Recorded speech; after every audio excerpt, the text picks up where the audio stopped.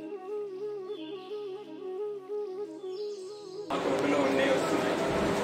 కానీ నాకు ఎవరైనా రైస్ ఇస్తే మాత్రం అంత రేటు తనకి వెళ్ళిపోతే ఆ ఫార్మింగ్ చేయగలరు. మనం 50 రూపాయలు 40 రూపాయలు వాళ్ళకి 60 రూపాయలు ఇస్తే అది ఎప్పటికీ జరగదు. అంటే మీకు ప్రైస్ ఎక్కువ అనిపించవచ్చు, కానీ 100 రూపాయల అని అంటే మీకు ఆల్రెడీ దాని గురించి ఒక అభిప్రాయం ఉంది కాబట్టి మీరు అనుకోకపోవచ్చు. బయట ఎవరైనా 40 రూపాయలు 50 రూపాయలు తీసుకుంటారు కాబట్టి ఇంత డబల్ రేట్ అంటారు. కానీ మనం తినే కల్తీ ఎంతవరకు ఉంది అనే విషయం అది గ్రహించట్లేదు. మనకు ఆనుగుణంగా ఉన్నాయి 450 రూపాయలు నుంచి 500 ఉన్నాయి, 400 600 మిషన్ కానీ 350 బయట 150 రూపాయలు.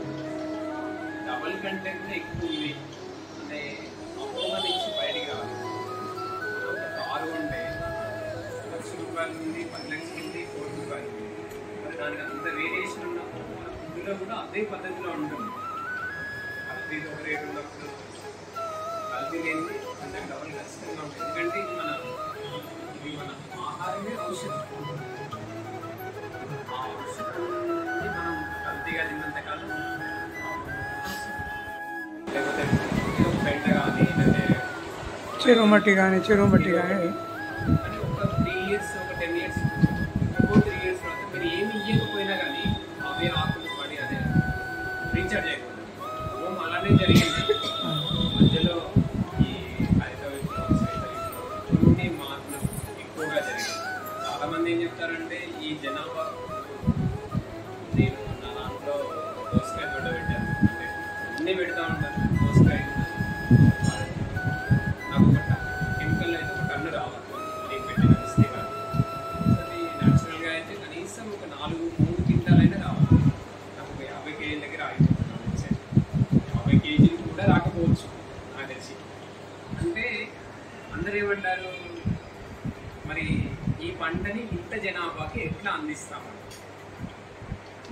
కానీ అది 50 కేజీలు వచ్చినా కానీ దాని యొక్క గొప్పతనం చాలా ఉంటుంది.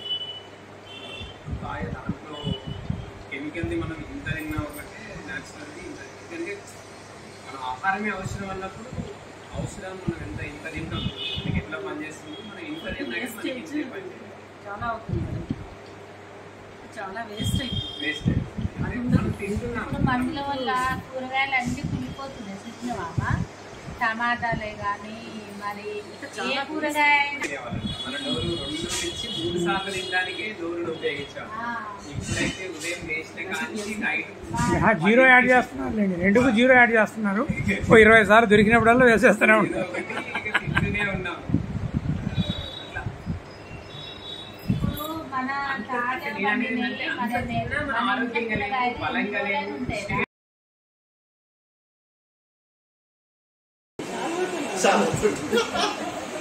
ఎంత అటైర్ చూడండి మేడం, కట్టుకుంటే కూడా చాలా మంచి ఇదిగా ఉన్నది. అంటే మనం ఎన్నో రకాలైనటువంటి మనం తయారు చేసుకొని ఎంతోమంది దగ్గర వారి గుడికి పోతారు, చాలా వస్తారు. ఏం చేయాలి ఇప్పుడు చాలా కొన్ని నాకు తెలిసి వాళ్ళ ఇంట్లో కొన్ని 100 చాలా వచ్చినాయి కిందికి.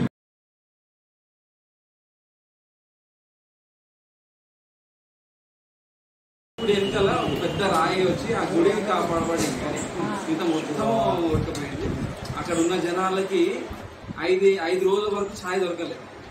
తర్వాత అది అయినది అట్లా అసలు ఏం దొరకలేదు. సో అది విడిపోతే ఎట్లా ఎందుకు అయింది, మెల్లమెల్లగా మన పర్యావరణం మారుతుంది, కాలం మారుతుంది, ఋతువులు మారుతున్నాయి.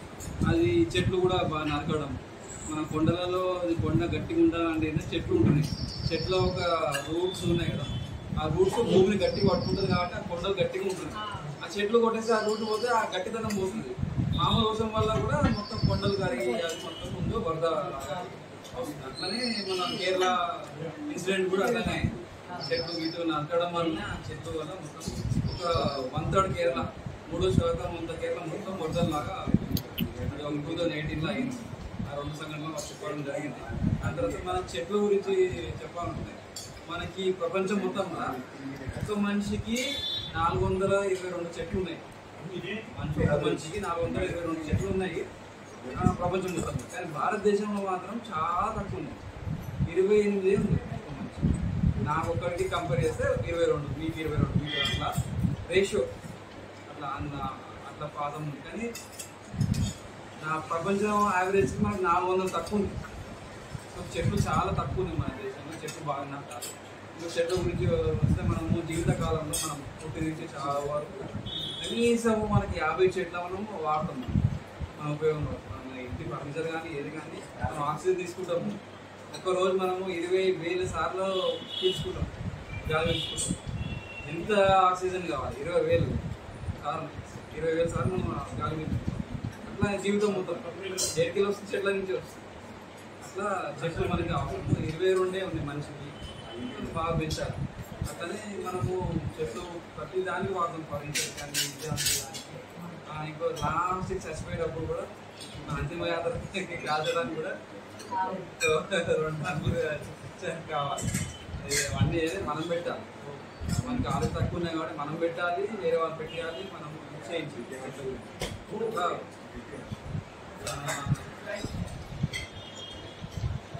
జబల్పూర్లో వాళ్ళు ఒక అనుభవం చెప్పారు. వాళ్ళు కదం సంస్థ వాళ్ళ ఆర్గనైజేషన్ కదం. దాంట్లో 60 ఏళ్ళ వాళ్ళే రోజు 10 చెట్లు పెట్టారు, వాళ్ళ సంస్థ పెట్టారు. ఇంకొకరు వ్యక్తి ఉన్నారు, వారు 5 రోజులు పని చేసుకుంటారు, సొంత పని చేసుకుంటారు. ఆ 2 రోజులు మిగతా 2 రోజులు వారానికి 2 రోజులు ఈ పని.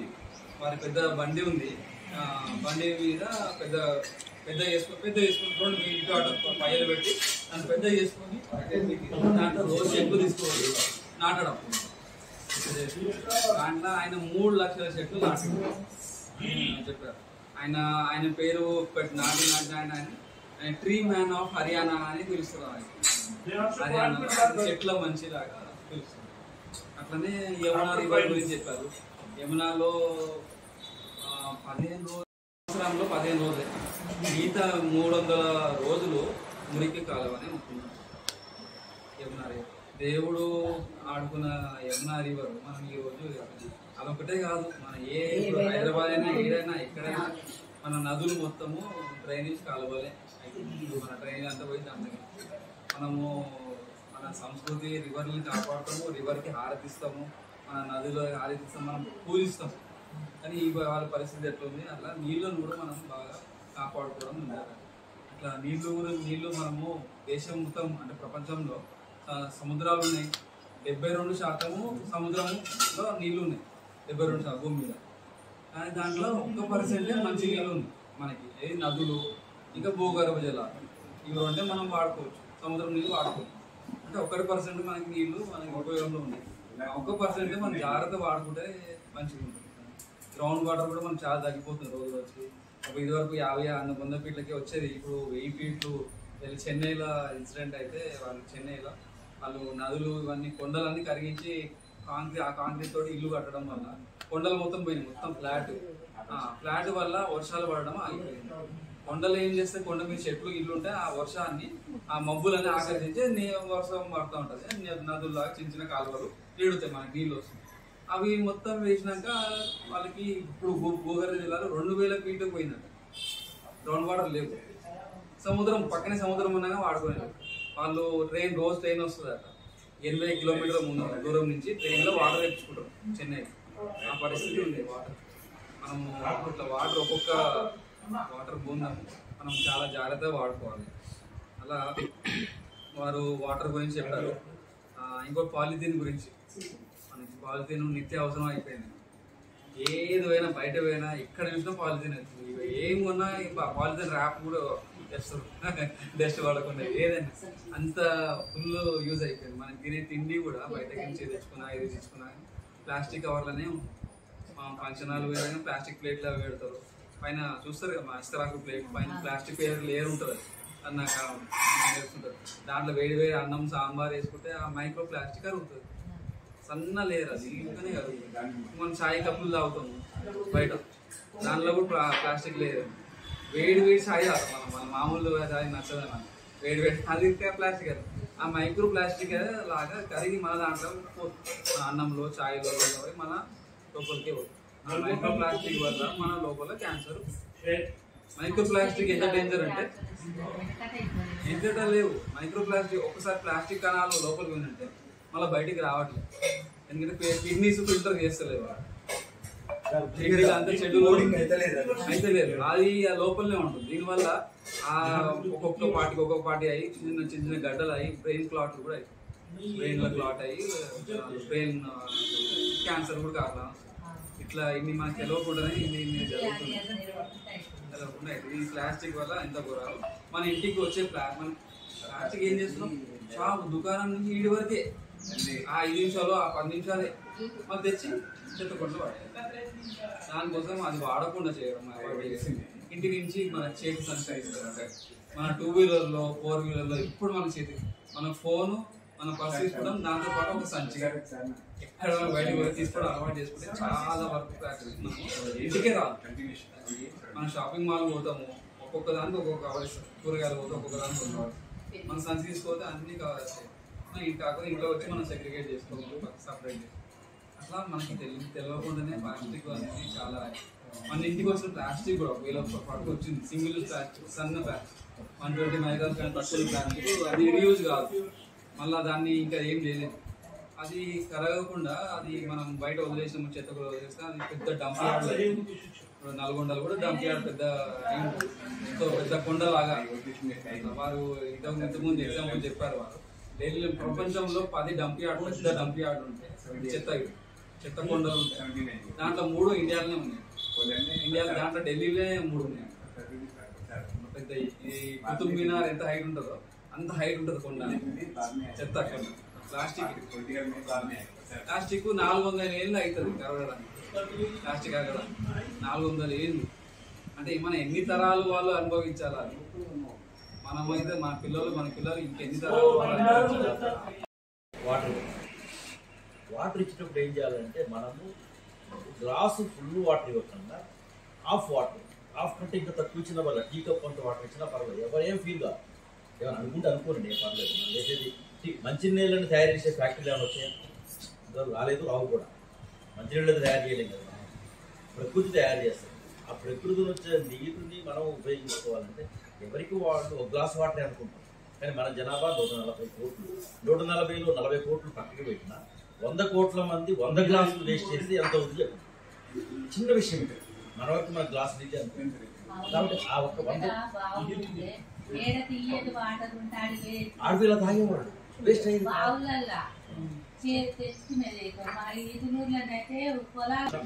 మనం ఇక్కడ వచ్చిన వాళ్ళం ఒక 3-4 విషయాలలో ఒక్కొక్కరు ఒక విషయం ఇవాళ మనం దాన్ని యాక్సెప్ట్ చేయాలి. అంటే మనం స్వీకరించి అడాప్ట్ చేసుకుని సమాజానికి చెప్పాలి. ఎవరైనా రాగానే first glass water, full water ఇవ్వద్దు. నీకు ఎంత బాగా ఒక హాఫ్ అసలు పావు గ్లాస్ ఇచ్చి ఒక జగ్గులో ఇంకా వాటర్ కావాలంటే యాడ్ చేయండి. వాళ్ళు ఏమైనా అడిగారు అనుకోండి, అప్పుడు చెప్పొచ్చు. మనం చర్చ జరగాలి. దాన్ని కొంతమంది ఎవరైనా ఏ సమస్య దేనికైనా విమర్శించే వాళ్ళు ఉంటారు. విమర్శించే వాళ్ళ గురించి మనం పట్టించుకోవాలి. మనం చేసేది భావితరాల కోసం. మనం ఆస్తులు అంతస్తులు సంపాదించి నెక్స్ట్ తరానికి ఇచ్చే ఆస్తులు సంపదనే కాదు కదా, ఇది కూడా అవసరం మనకి. ఇలాంటి ప్రకృతిని కాపాడాలి. ప్రకృతిని కాపాడితే ప్రకృతి మన కాపాడుతుంది. ఇప్పుడు తిరుపతి వెళ్ళామనుకోండి, ధర్మాన్ని కాపాడితే ధర్మం మన కాపాడుతాం రాస్తారు. అది ఎంత ముఖ్యమో ప్రకృతిని కాపాడితే ప్రకృతి మన కాపాడుతుంది. నీళ్ళని మనం రక్షిస్తే నీళ్లు మన రక్షిస్తాయి. కాబట్టి మనం వాటర్తో స్టార్ట్ చేయాలి. వాటర్ ఎక్కువ వేస్ట్ చేయదు. గిన్నెలు చాలా మందికి 10 మందికి గిన్నెలు గద్దెప్పుడు ఏం చేస్తారు, ట్యాప్ ఇప్పేస్తారు. ట్యాప్ ఇప్పేస్తే ఆ నీళ్లు ఒక 20 నిమిషాలు చెప్పి గిన్నెలతో